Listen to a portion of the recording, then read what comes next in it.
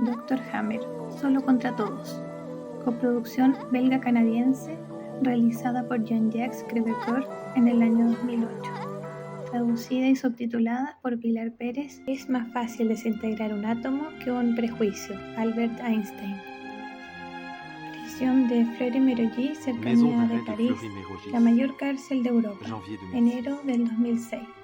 Cuenta con 6.000 presos que deberíamos decir que se pudren en ella. En muchas ocasiones, este centro ha sido objeto de críticas por sus condiciones de reclusión inhumanas. En el corazón de este infierno carcelario, desde hace 16 meses, un hombre soporta diariamente las peores humillaciones, el acoso de los guardias y de los presos, las vejaciones, el maltrato. Le harcèlement des gardiens et des prisonniers, les brimades, les maltraitances. Por no hablar de las burlas sobre su desconocimiento de la lengua francesa. ¿Qué os podéis esperar? Es un alemán, con cabeza cuadrada, como suele decirse. Este hombre, este criminal encerrado en la zona de máxima seguridad, se llama Hammer, el Dr. Hammer. Hammer significa martillo. Doctor Martillo. Una razón de más para burlarse de él. En unos meses, en mayo de 2006, cumplirá 71 años. Su crimen, por el que es justo y normal que pague, es haber incitado con sus escritos al ejercicio ilegal de la medicina. Al menos eso es lo que figura en la resolución de su juicio. En realidad, su delito es haber declarado que el cáncer se puede curar en lugar de combatirlo. El problema es que lo ha demostrado científicamente. Su locura, pues hay que estar loco para hacerlo, es haber aconsejado a sus pacientes con cáncer que dejaran la quimioterapia, la radioterapia, la cirugía para luchar contra su terrible enfermedad. Otro problema es que los ha curado a todos prácticamente.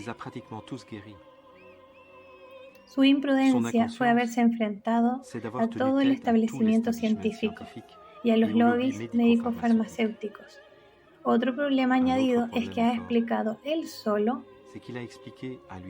lo que miles de investigadores no habían conseguido resolver, a pesar de los miles de millones invertidos en la investigación médica. Desde el año 81, desde hace 25 años, en contra de todo y de todos.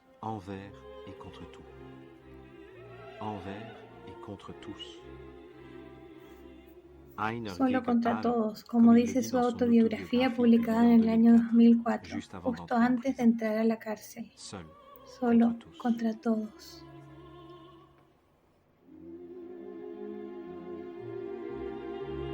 Un documental de Jean-Jacques Crevecoeur. Producido por Jack Conon, Sem Productions, Inc.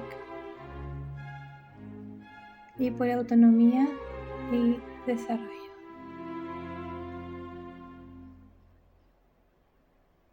Solo contra todos y sin embargo, durante el invierno de 2005-2006, 3 mujeres instalaron su caravana a las puertas de su prisión y repartieron cada mañana octavillas a los guardias y vigilantes de Fleury-Mérogis. De vez en cuando volvían al centro de París para intentar despertar las conciencias dormidas. Pero ¿cómo iba a interesar a la gente el destino de un charlatán peligroso? La justicia ha hecho su trabajo. Largaos, no se hable más. Solo contra todos y sin embargo, en 18 meses, entre septiembre de 2004 y febrero de 2006, fecha de su liberación, varios miles de cartas de testimonios de apoyo y de protesta fueron enviadas a numerosos dirigentes y políticos, principalmente franceses y alemanes. Curarse en forma natural gracias al Dr. Hammer y su nueva medicina. Solo contra todos y sin embargo, por todas partes en Francia, Italia, España, Alemania, se organizaron manifestaciones de apoyo a los trabajos del Dr. Hammer y a su liberación. Como aquí en Tübingen, una ciudad alemana de Alta Baviera, situada un poco al sur de Stuttgart. Manifestación pacífica que quiere protestar en contra de un poder científico aureolado de su arrogante certeza. Manifestación apacible que contrasta con la extrema violencia de los hechos que duran desde hace 25 años con total impunidad. Ese día habían venido de toda Alemania, de Austria, de Suiza, de Italia, de Francia, para manifestar a las puertas de la Facultad de Medicina de la Universidad de Tübingen. Entre los manifestantes había médicos, homeópatas, naturópatas, psicoterapeutas, pero también muchos pacientes que se habían curado de forma natural de su cáncer gracias a los trabajos del Dr. Hammer. Aquí y allá padres y madres reclamando la libertad de elección terapéutica para ellos y para sus hijos. Queremos el reconocimiento de la nueva medicina germánica, su reivindicación, el reconocimiento oficial. La teoría fruto de los trabajos del Dr. Hammer. Informaos ahora que todavía estáis sanos, decía la caravana de estas 3 mujeres. No es la primera vez en la historia que un científico es perseguido por defender teorías que trastornan las creencias y los intereses de su época. Para muchos de sus simpatizantes, el caso Hammer les recuerda rabiosamente otro caso que resonó durante mucho tiempo en las mentes que aman la verdad y la libertad. Ocurrió en 1633, 350 años antes del caso Hammer. El entonces condenado se llamaba Galileo Galilei.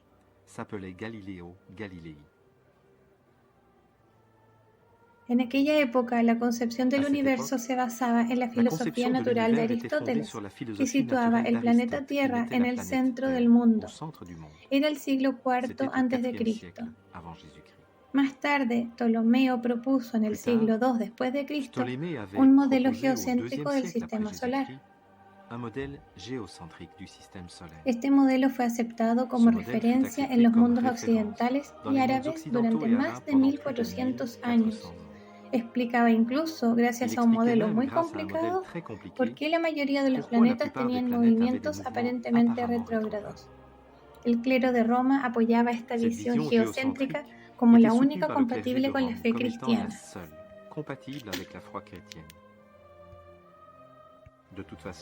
De todas formas, el Concilio de Trento había decretado en torno a 1550 que la interpretación de los resultados científicos incumbía únicamente a la Iglesia.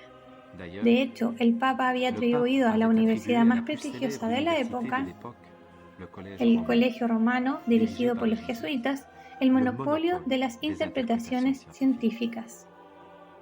Sin embargo, este enfoque geocéntrico cada vez cuadraba menos con la realidad de las observaciones que eran cada vez más numerosas, entre ellas el movimiento de las manchas solares, las fases de la Luna y de Venus, la observación de los satélites de Júpiter. Todo ello ya no era compatible con la teoría del geocentrismo. En la misma época que con el Concilio de Trento, Copérnico, a la vez canónigo, médico y astrónomo polaco, propuso un modelo heliocéntrico del sistema solar. Este modelo tenía la enorme ventaja de simplificar las explicaciones relacionadas con el movimiento aparente de los planetas. Pero Copérnico había tenido la prudencia de no publicar sus trabajos hasta estar en su lecho de muerte, plenamente consciente de que sus conclusiones estarían sometidas a la feroz oposición del poder religioso y científico. Roma no se había equivocado al aceptar solamente su teoría como hipótesis de trabajo, y no como verdad científica establecida.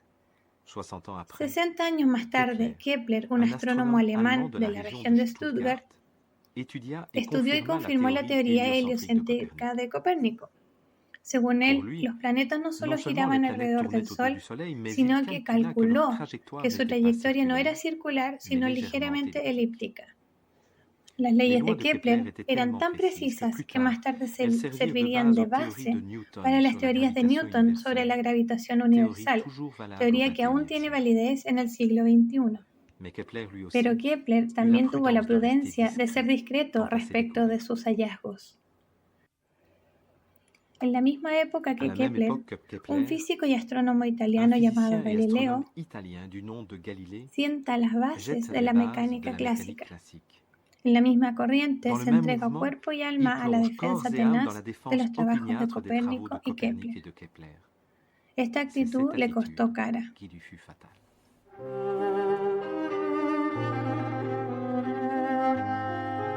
Estamos en Tübingen, a finales de los años 60. En esa época, Gerd Hammer es uno de los cancerólogos más prestigiosos de Alemania. Jefe del servicio de oncología del hospital universitario, especializado en los cánceres femeninos. Recibe a mujeres que vienen de toda Europa. Creador de ingenios, patenta varios inventos médicos, como un escalpelo revolucionario que se sigue utilizando en cirugía estética. Triunfa en todo, es inmensamente rico, cuenta con el reconocimiento de sus pacientes y colegas. Vive una vida feliz con su esposa Sigrid, también médica, y sus 4 hijos. Unos 10 años más tarde, esta vida de felicidad y éxito da un vuelco de forma brutal. Su hijo Dirk, que tenía 19 años entonces, está pasando unas vacaciones tranquilas con su hermana mayor Birgit y unos amigos. La noche del 17 al 18 de agosto de 1978, en la isla de Caballo, frente a las costas de Córcega, resulta gravemente herido en la arteria femoral y en el estómago, de un disparo del príncipe Víctor Manuel de Saboya, hijo del último rey de Italia. Víctor Manuel de Saboya es detenido inmediatamente, es puesto en prisión preventiva en una cárcel corsa de Ajaccio durante 6 semanas. A pesar de haber reconocido su culpabilidad por escrito, el príncipe italiano no será nunca condenado por su acto. Por su parte, Dirk es ingresado en urgencia clínicamente muerto. Tras su reanimación in extremis y una primera operación para detener la hemorragia, le tienen que amputar su pierna derecha. Tras 110 días de sufrimiento y 19 operaciones quirúrgicas más, Dirk muere en los brazos de su padre el 7 de diciembre de 1978, en el hospital de Heidelberg. El Dr. Gerd Hammer tiene entonces 43 años.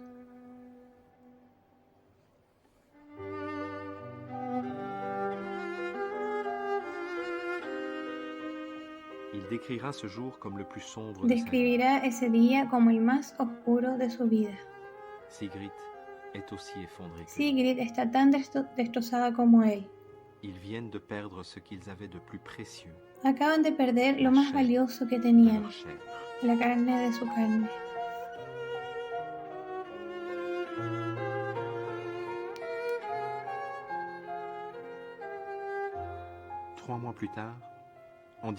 Tres meses más tarde le diagnosticaron a Gerd un cáncer de testículo y a Sigrid un cáncer de ovario.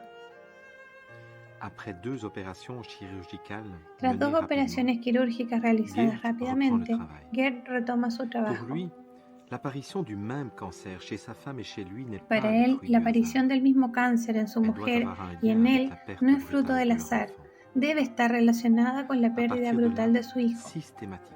A partir de entonces, de forma sistemática, el Dr. Hammer interroga a cada una de sus pacientes con cáncer.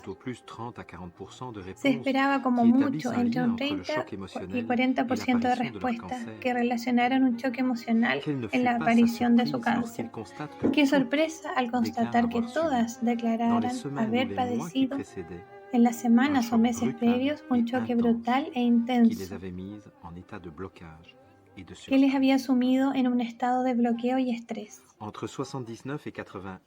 Entre 1979 y 1981, Hammer recoge los testimonios de 6.500 pacientes de cáncer y otras enfermedades.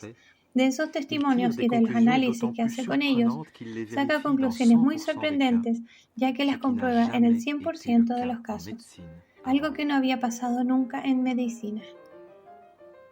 Primera conclusión. El cáncer de un órgano concreto es siempre el resultado del mismo tipo de trauma.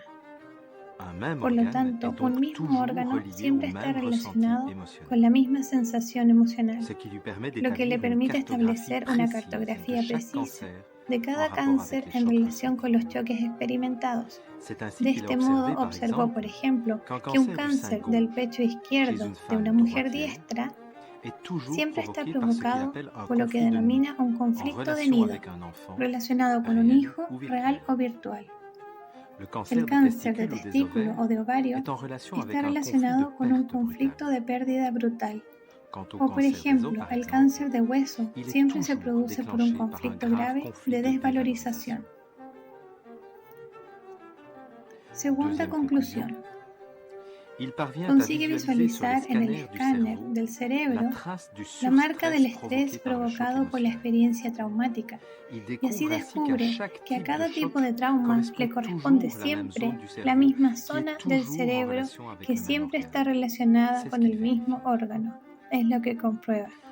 En los mismos ejemplos mencionados anteriormente, el conflicto de nido se manifiesta como un foco en el cerebelo derecho lateral.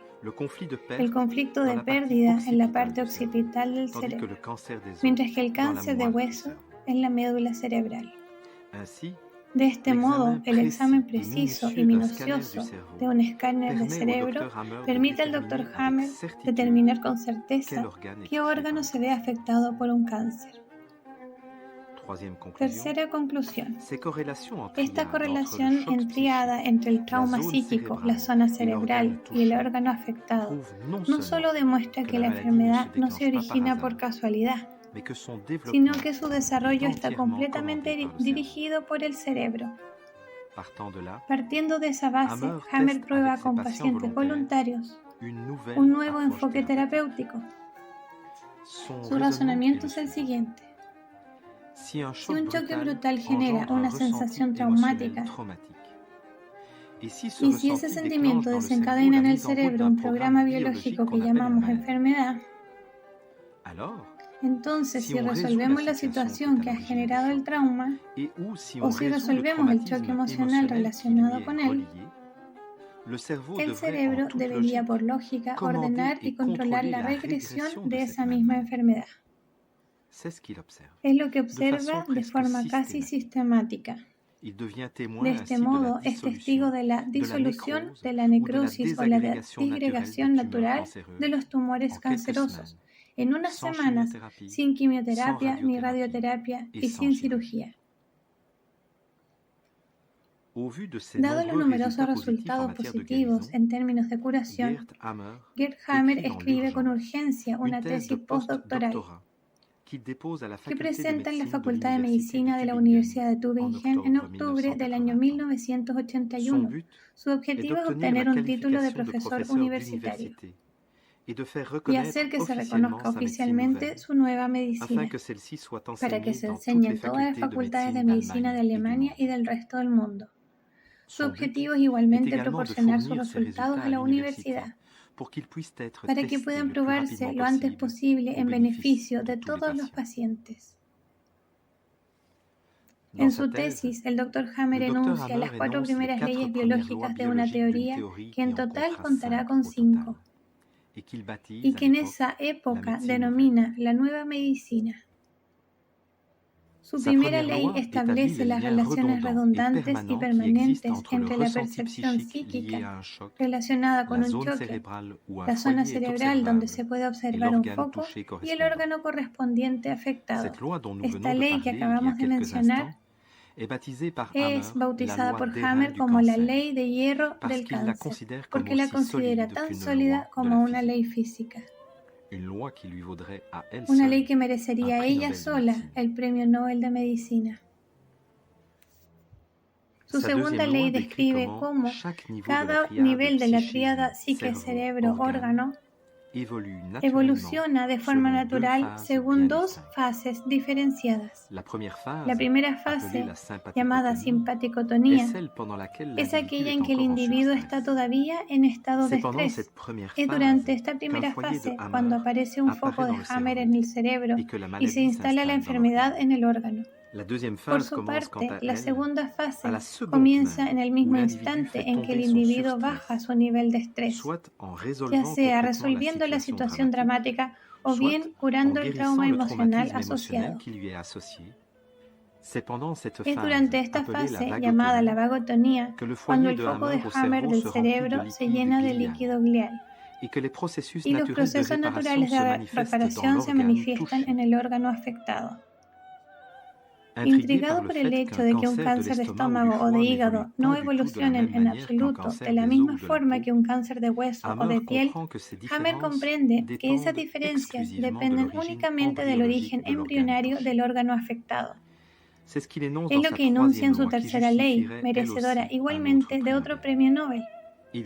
A partir de ahí, clasifica los cánceres y enfermedades en función de si el órgano proviene del endodermo, del mesodermo antiguo, mesodermo nuevo o del ectodermo.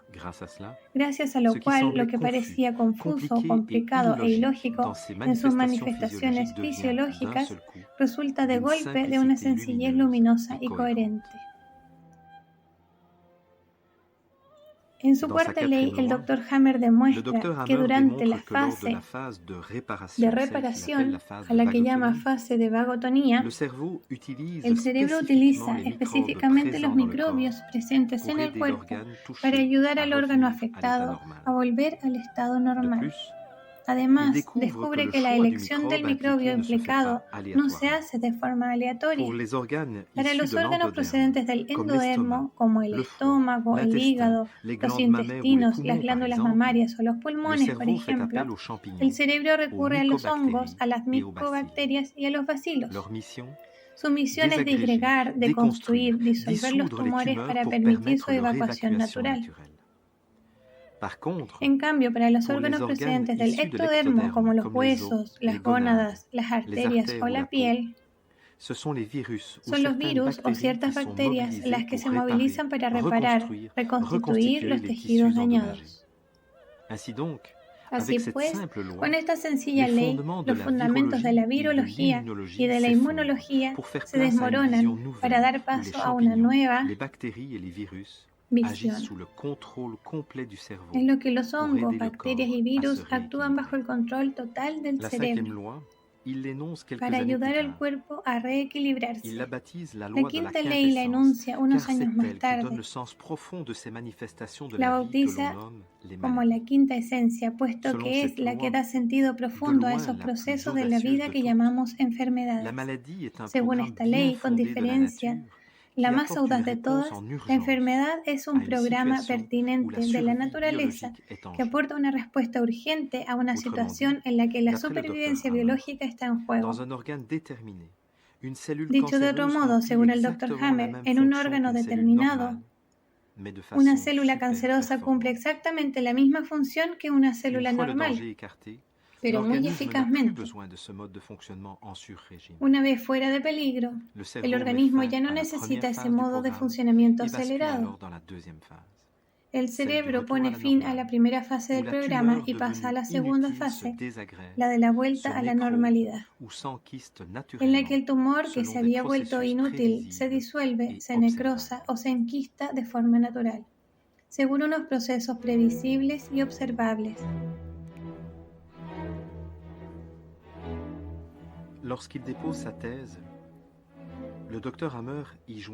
Cuando entrega su tesis, el Dr. Hammer incluye 200 informes completos, sacados de los 6.500 informes de pacientes con cáncer que ha examinado y seguido.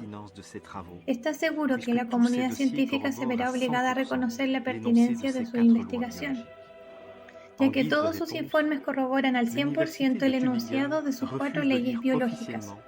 A modo de respuesta, la Universidad de Tübingen se niega a leer oficialmente y a examinar su trabajo, algo rarísimo en el mundo de las ciencias. Al día de hoy, la Universidad de Tübingen ha sido condenada 3 veces por tribunales civiles, en 1986, 1992 y en el año 2006. A pesar de los requerimientos y de las condenas, 25 años después sigue sin aceptar examinar la tesis del Dr. Hammer.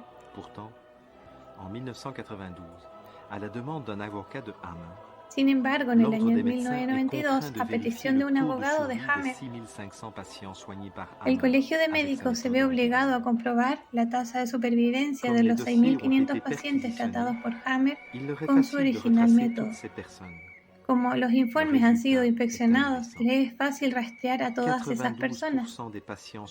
El resultado es pasmoso. El 92% de los pacientes tratados por Hammer seguía con vida a más de 5 años después del diagnóstico de cáncer. La tasa oficial de la medicina oficialista apenas alcanza el 30% de supervivencia pasados los 5 años. Desde el año 1981, la teoría de la nueva medicina ha sido comprobada al 100% por grupos de médicos y cancerólogos independientes en 28 ocasiones en varios países europeos. La salud está prohibida, nos imponen la enfermedad. En diciembre de 1988, por ejemplo, en Viena, Austria, el papá de la cancerología austriaca, el Dr. Birkmayer, reúne otros 3 médicos en torno al Dr. Hammer y comprueba la ley de hierro de cáncer en el 100% de los casos de 7 pacientes que Hammer no conocía. En mayo de 1990, en Namur, Bélgica, 40 médicos y profesionales de la salud comprueban la veracidad de la nueva medicina sobre el conjunto de los pacientes presentados a Hammer.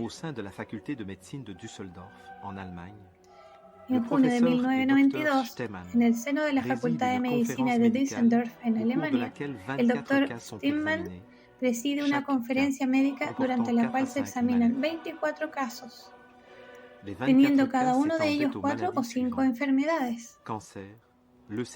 Los 24 casos comprendían las siguientes enfermedades: cáncer, leucemia, psicosis, esclerosis múltiple, diabetes, alergia, epilepsia, tumor cerebral, enfermedades infecciosas, tuberculosis y sarcoma. A través de este centenar de enfermedades, las leyes de la nueva medicina se comprobaron en el 100% de los casos. En septiembre de 1998, el Instituto de Cancerología de la Universidad de Trnava, Eslovaquia, invita al Dr. Hammer a someterse a una comprobación de las leyes de la nueva medicina, en 7 casos que comprendían unas 20 enfermedades en total. En cada uno de los casos, todos los científicos que habían aceptado comprobar las leyes de Hammer están convencidos, sin excepciones, de su pertinencia y veracidad. Hoy, cientos de médicos han integrado este enfoque en su práctica diaria con éxito, pero han de esconderse para no correr la misma suerte que Hammer. Ya que trastocar las teorías y creencias científicas de una época no está exento de riesgo. Para aquel que tiene la impertinente osadía de defender su tesis solo contra todos. Tanto Galileo como Hammer han experimentado el precio a pagar por proponer un nuevo paradigma en un ámbito en el que los intereses de poder son enormes. En 1610, con la publicación del libro El mensajero celeste de Galileo, aporta una nueva visión de la astronomía, del sistema planetario y de las leyes por las que se regían. Su teoría estaba rigurosamente establecida según las leyes de objetividad y reproducibilidad en vigor en el mundo científico. Todas sus afirmaciones podían demostrarse matemáticamente. En 1981, al presentar su tesis postdoctoral, el Dr. Hammer también aportaba una nueva visión de la curación y la enfermedad. Su teoría también estaba rigurosamente establecida y era reproducible, según los mismos principios vigentes en el mundo científico. Sin embargo, un decreto de 1616 condena las teorías de Copérnico y declara las teorías de Galileo estúpidas y falsas por ser incompatibles con las Sagradas Escrituras. Pero queda fuera de peligro gracias a la intervención de algunos de sus amigos muy influyentes. Directamente después de presentar su tesis en 1981, Hammer es despedido como jefe del servicio de oncología del Hospital Universitario de Múnich, pero le permiten continuar su investigación personal, tratar a sus pacientes en privado. e intervenir en los medios de comunicación de Alemania, Austria y Suiza. En 1633, Galileo vuelve a estar en el punto de mira, a raíz de la publicación de su diálogo, primer ensayo de un físico en la historia, y obra maestra de lógica argumentativa. Es llevado ante el Tribunal de Inquisición y juzgado por el Santo Oficio, para no correr la misma suerte que Giordano Bruno, que fue quemado vivo por su obra sobre el materialismo y la pluralidad de los mundos. Galileo se retracta, abjura de sus teorías y pide perdón de rodillas. Era el 16 de junio de 1633. En 1986, ante la negativa de abjurar de sus convicciones científicas, el tribunal retira a Hammer el derecho de ejercer la medicina, al considerarle peligroso y loco. Entre 1986 y 1996, Hammer escapa por los pelos a 4 tentativas de internamiento psiquiátrico. Entre mayo de 1997 y del 98 es encarcelado en la prisión de Colonia por haber proporcionado información a 13 enfermos sin tener ya licencia de médico. De septiembre del 2004 a febrero del 2006 es encarcelado nuevamente en Fleury-Mérogis por haber incitado al ejercicio ilegal de la medicina. El Colegio de Médicos y los tribunales civiles ha pedido varias veces al Dr. Hammer que renunciara a sus teorías. A diferencia de Galileo, él nunca ha aceptado arrodillarse. Y lo ha perdido todo: su carrera, su reputación, su riqueza, su derecho a ejercer la medicina. E incluso la vida de su mujer, fallecida de un infarto en 1985. La Inquisición no ha muerto, solo ha cambiado de forma y de aspecto.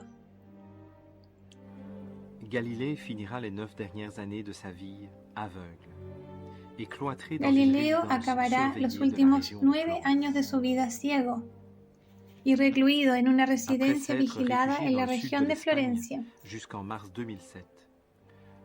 Tras haberse refugiado en el sur de España hasta marzo de 2007, el Dr. Hammer se ha visto obligado a huir de nuevo a un lugar mantenido en secreto lejos de Europa. De todas formas, hace mucho tiempo que tiene prohibido poner los pies en Francia o Alemania o dar conferencias públicas.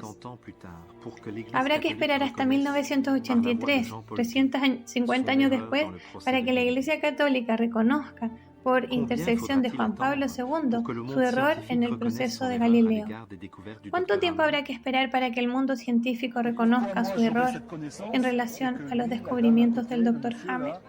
¿Y por qué habría de tener yo ese conocimiento y él, la señora del lado y ese señor?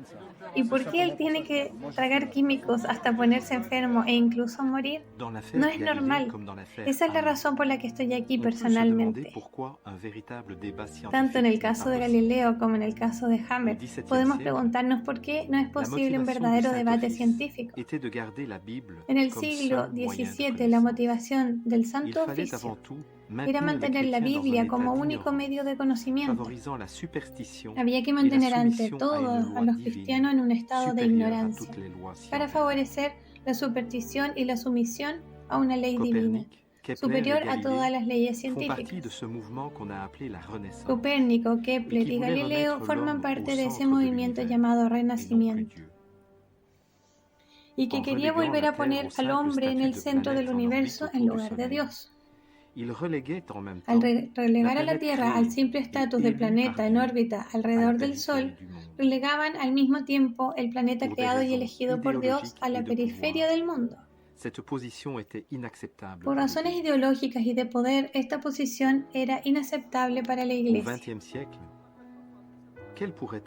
5 leyes biológicas naturales y ninguna hipótesis en el siglo XX. ¿Cuál podía ser la motivación de los científicos para negarse a examinar investigaciones que podrían salvar millones de vidas cada año?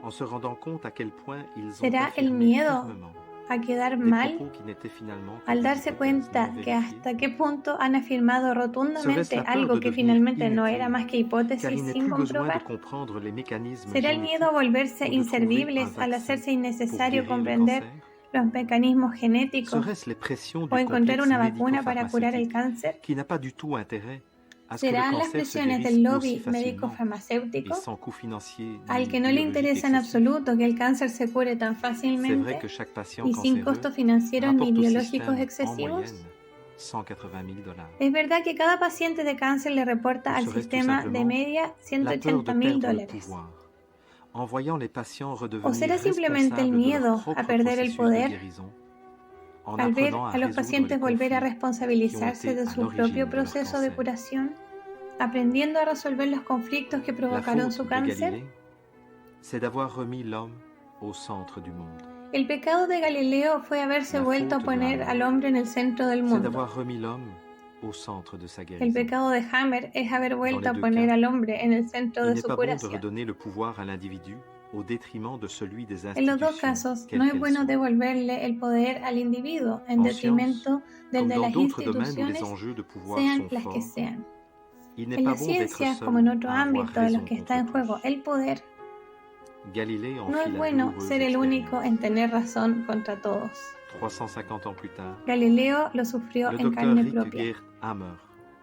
350 años después, el Dr. Rick Hammer lo sigue sufriendo en el momento de la realización de este documental, en el año 2008.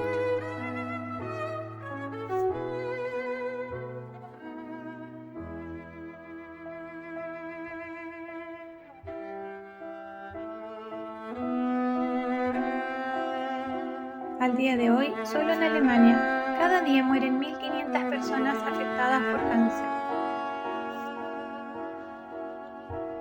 sin que se les proponga una alternativa real al sufrimiento moral y físico que padecen.